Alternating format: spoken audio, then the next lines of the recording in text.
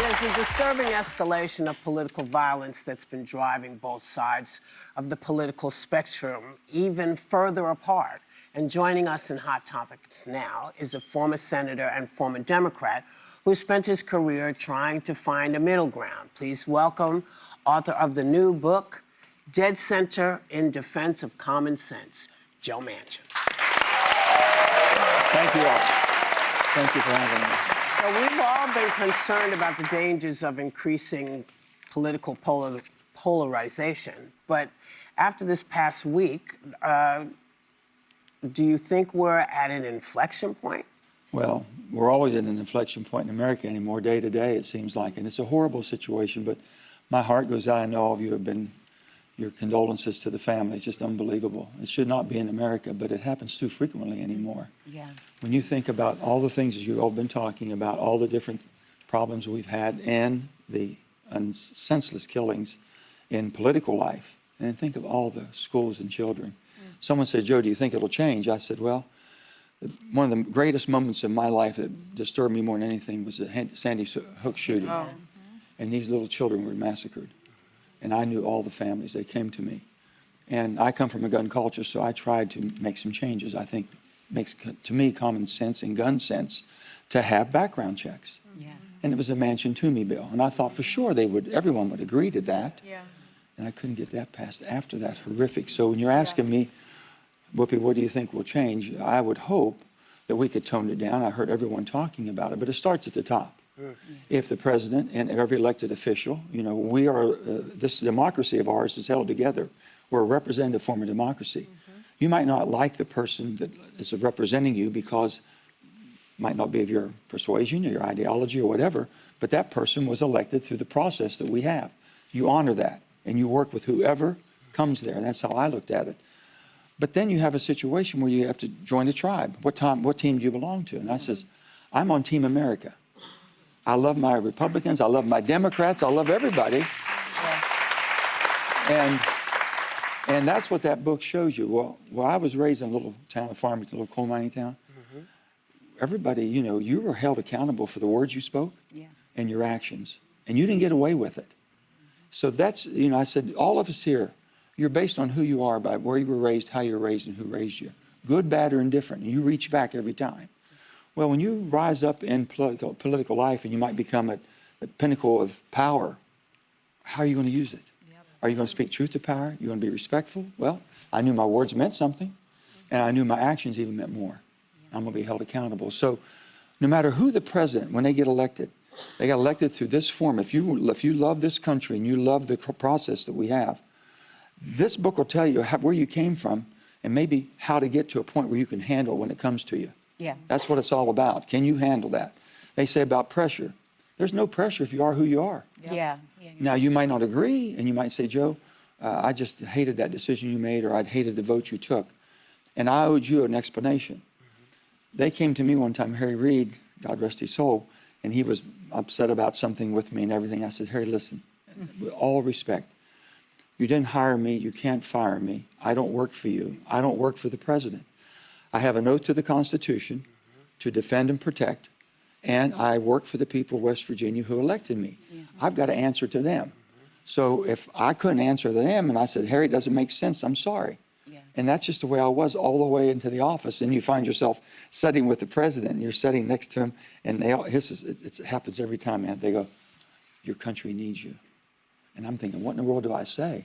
And I said, Mr. President, your country needs you too. It needs us all. We're in this together. Well, Senator, we need you to answer some questions. Oh, I'm sorry. Your new book, Dead Call Center. a filibuster in the Senate. I got you.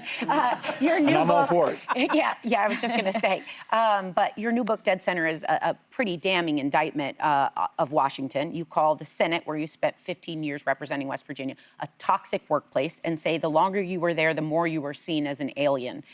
Now that you've been out of D.C. for a little bit, has your perspective shifted at all? No, these are all good people, okay? But they come and they're weaponized. You're weaponized immediately. If you have a D or an R by your name, if you have an I by your name, you got to choose what side are you on. Once you choose that side, I've been a Democrat all my life, born and raised, and I said I'm fiscally responsible and socially compassionate.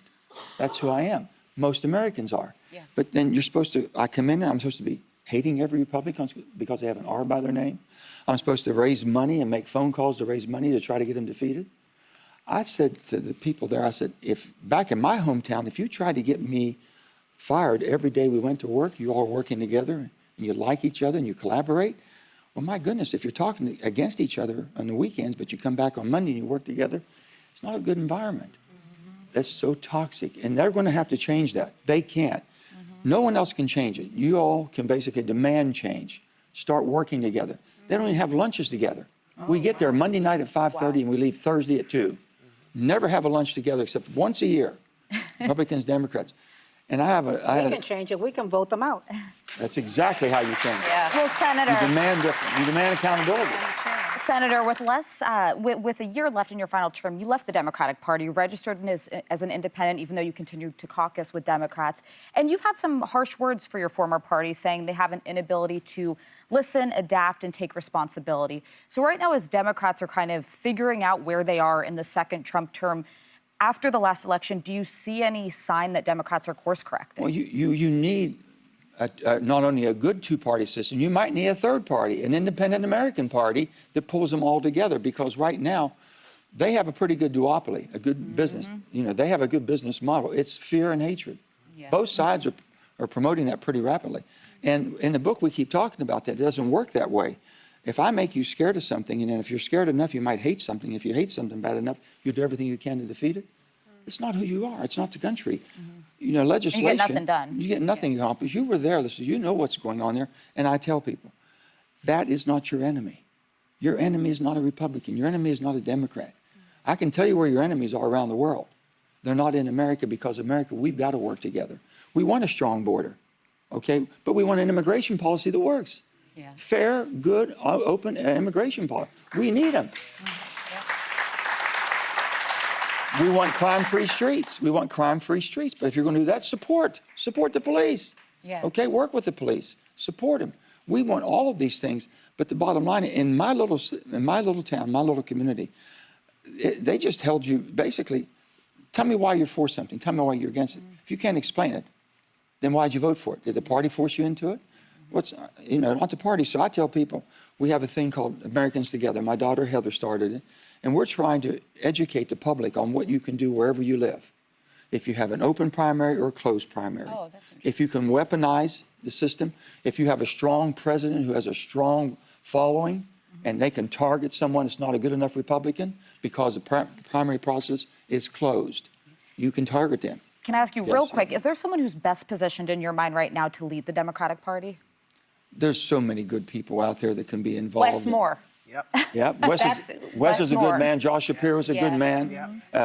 Gavin Newsom? Yeah, I don't know Gavin. I really don't. Pritzker? know Gavin. I can't. Pritzker? Pritzker. I know a little bit JB. I don't know him all that well. I know Andy Bashir very well because his father and I served together. Yeah. There's a lot of good people. Gretchen Whitmer, there's a lot of good people. Well, let's talk about somebody who ran Okay. last year, right? There's another big book coming out soon, and it's from former Vice President Yes. Kamala Harris. And you served with her in the Senate, but you refused to endorse her in the last election, and you still haven't said who you voted for, whether it was her or whether it was Trump. What was your issue with My issue with- Kamala Harris? And now, as you look back, and we are where we are, Sure. do you still stand by that decision? Well, I do, because basically she openly came out and said she'd get rid of the filibuster, and I know everyone has a different view.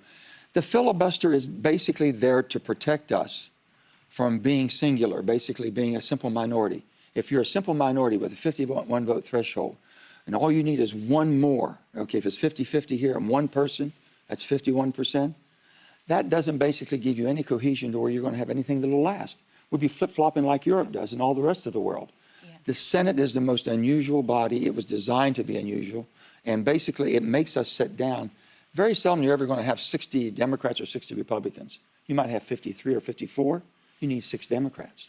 Or you might have 54 Democrats. You need 6 But Democrats. now that the Republicans are in control, they're invoking the so-called nuclear option, and they're speeding through President Well, Trump's they're not. nominees. They haven't gotten rid of the filibuster. The filibuster, the nuclear option was basically you can change the rules. If you're in the majority, you can change the rules to benefit yourself.